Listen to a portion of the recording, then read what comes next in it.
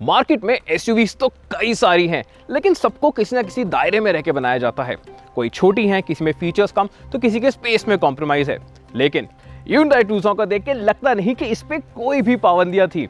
एक stylish SUV जिसमें space, quality और फीचर्स भरपूर हैं। लेकिन क्या इसकी भी कोई छुपी खामियां हैं जो हमें पता होनी चाहिए? चलिए आज साथ मिलकर पता लगाते हैं इस रिव्यू में। मुझे पता है आप क्या सोच रहे हैं कि इसका डिजाइन थोड़ा ओवर द टॉप ओवरडन लगता है, लेकिन जब आप इसको अपने सामने देखेंगे तो इसके बड़े साइज की वजह से ये वाकई काफी स्टाइलिश लगती है। साइज में Tucson सिर्फ पुरानी जनरेशन से ही नहीं बल्कि जीप कंपास से भी बड़ी है और ये इस गाड़ी का लॉन्ग व्हील बेस मॉडल है, तो इसकी प्रेजेंस वाकई लाजवाब है। और फिर इसकी जो डिजाइन है उसमें कई सारी डिटेल हैं जो आपका दिल जीत जाएंगी। डिजाइन की सबसे अहम डिटेल है वो एलईडी DRLs। अभी वो आपको दिखेंगे नहीं क्योंकि वो छुपे हुए हैं उस डार्क क्रोम ग्रिल में, लेकिन जैसे ही वो गाड़ी ऑन होती है वो उभर के आते हैं और ये इतने ब्राइट हैं कि दिन में भी आराम से दिखते हैं। साइड से ये गाड़ी वाकई काफी स्पोर्टी लगती है। आपको जो इसका स्टैंड है वो आगे की तरफ झुका हुआ मिलता है, खूब सारी शार्प बॉडी लाइंस हैं और फिर ये एंगुलर व्हील आर्चेस वाकई इसकी अपील को बढ़ा देते हैं। और इस लुक को कॉम्प्लीमेंट करने के लिए आपको मिलते हैं 18 इंच के अलॉय व्हील्स और बड़ी सटल सी सैटिन क्रोम डिटेल्स। डिजाइन की जो शार्पनेस है वो रियर में भी कैरी होती है इन शार्प टेल लैंप की वजह से। ये कनेक्टेड हैं, फैंग्स नीचे आते हैं और इसमें वो ग्लिटरी वाला प्रीमियम टच भी है। जो ब्रेक लाइट्स भी है उनको भी बड़ा खूबसूरती से यहाँ नीचे इंटीग्रेट किया गया है। और बाकी एलिमेंट्स जैसे कि ये Hyundai का फ्लक्स सिटिंग लोगो और वो वाइपर जिसको बड़ी नज़ाकत से यहाँ स्पॉइलर के नीचे इंटीग्रेट किया गया है। अब इन सारे डिज़ाइन एलिमेंट्स को मिला के इस गाड़ी का रियर प्रोफाइल भी वाकई काफ़ी अच्छा लगता है। ओवरऑल ये Tucson सिर्फ एक एसयूवी नहीं, एक स्टाइल स्टेटमेंट है। ये बड़ी है, इसकी रोड प्रेजेंस डोमिनेटिंग है और आपके गैराज में वाकई ये काफ़ी स्टाइलिश लगेगी।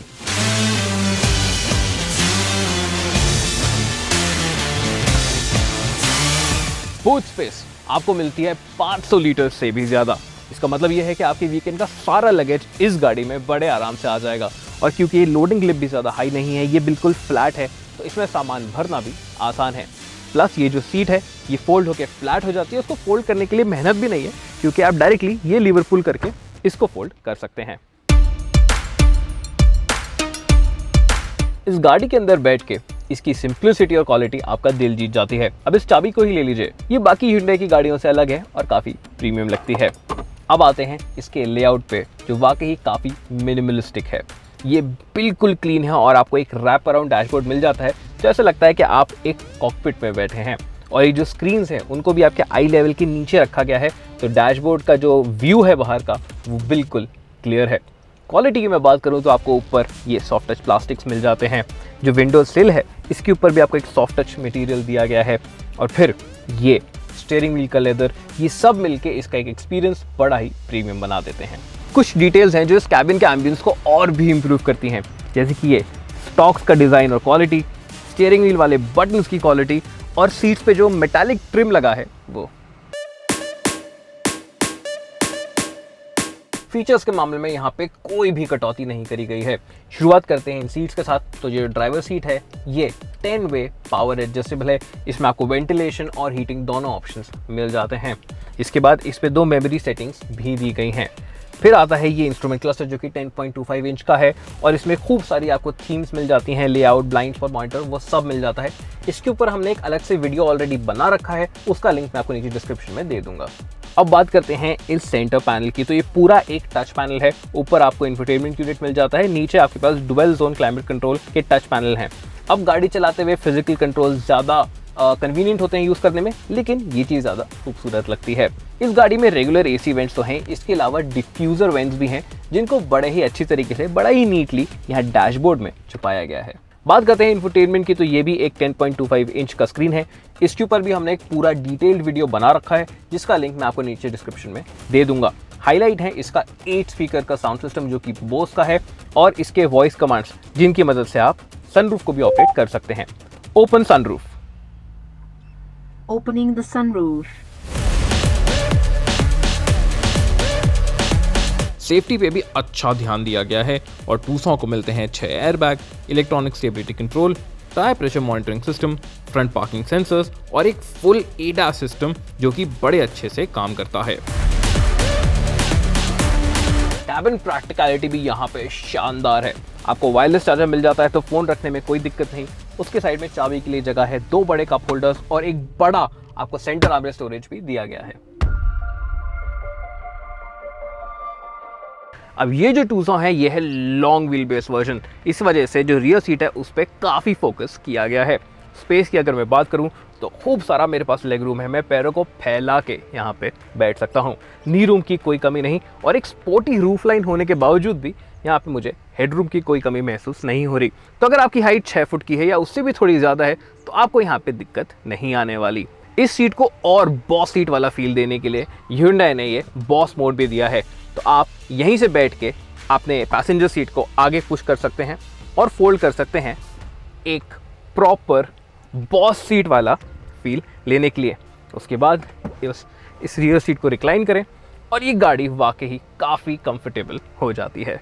अब एक बॉस सीट के लिए फीचर्स होना भी बहुत ज़रूरी है, तो यहाँ पे पीछे बैठ के आप इस पैनोरामिक सनरूफ का लुत्फ उठा सकते हैं।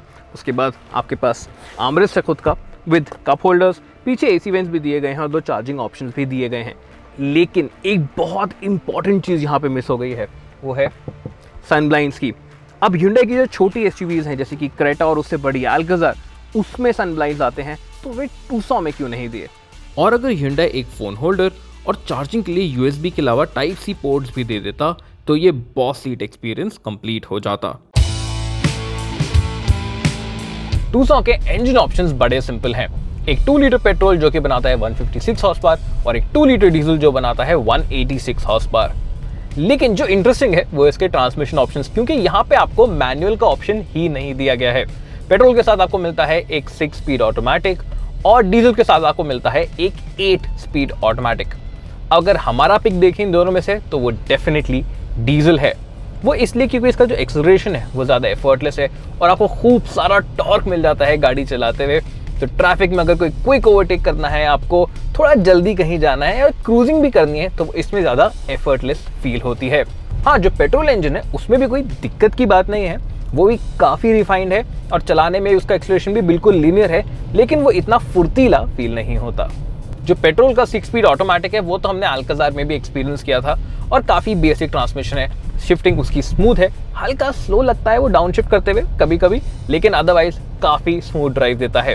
जो 8 स्पीड आया है डीजल के साथ ये बड़ा इंप्रेसिव है, ये क्विक है डाउन शिफ्ट करने में और जब भी आप चाहते हैं कि ये गियर चेंज करें, आपको इंस्टेंट एक्सेलरेशन चाहिए, जो भी चाहिए, ये 1 गियर 2 गियर आराम से फटाफट डाउन करता है और आपको वो एक्सेलरेशन देता है। हालांकि कमी या थोड़ी फील होती है पैडल शिफ्टर्स की। दोनों ट्रांसमिशन ऑप्शंस के साथ आपको पैडल शिफ्टर्स नहीं मिलते। हाँ, ऑफ कोर्स आप गियर शिफ्टर को शिफ्ट करके मैनुअली शिफ्ट कर सकते हैं, लेकिन यार वो पैडल शिफ्टर्स वाली बात थोड़ी अलग ही है। बस एक छोटी सी दिक्कत हमें ये महसूस हुई कि यू टर्न लेते हुए इस गाड़ी का जो टर्निंग सर्कल है वो थोड़ा बड़ा है। तो अगर आप क्राउडेड सिटी में हैं और थोड़े ट्रैफिक में टर्न ले रहे हैं तो उसमें थोड़ी दिक्कत आ सकती है। एक और चीज जो हमें इसकी ड्राइव में इंप्रेसिव लगी वो थी इसकी राइड क्वालिटी। सिटी के अंदर के जो बड़े स्पीड ब्रेकर्स भी होते हैं ऐसे ये भी ये अच्छे से अब्जॉर्व कर लेता है और सस्पेंशन ओवरऑल थोड़ा एक सॉफ्टवेयर सेटिंग पे है आपको आराम देने के लिए। हाँ, बड़े गड्ढों पे जाते हुए थोड़ा आपको एक थर्ड का साउंड तो आता है, लेकिन वो कैबिन में बिल्कुल भी अनकंफर्टेबल आपको फील नहीं होते हैं। और जो स्टेबिलिटी है इस गाड़ी की, स्पेशली हाईवे पे भी, जैसे कोई गड्ढा चला जाता है, कोई लेवल चेंज आता है, गाड़ी एकदम से वापस सीधी बैठ जाती है और बहुत स्टेबल रहती है। तो भले आपको सिटी में टूटी फूटी सड़कों पे जाना हो या फिर आपको हाईवे पे क्रूजिंग करनी हो, दोनों जगह ही इसका जो सस्पेंशन सेटअप है वो आपको सूट करेगा। लेकिन अगर आपको रास्ते ही नहीं चाहिए, आपको रास्तों से उतर के कहीं जाना है, तो फिर आपको डीजल ही लेनी पड़ेगी, क्योंकि जो इसका ऑल व्हील ड्राइव सिस्टम है, H-Track जिसको कहते हैं, वो आपको सिर्फ और सिर्फ डीजल के साथ ही मिलेगा और उसके अंदर आपको ट्रैक्शन मोड्स भी मिल जाते हैं जो कि हैं स्नो, मड और सैंड।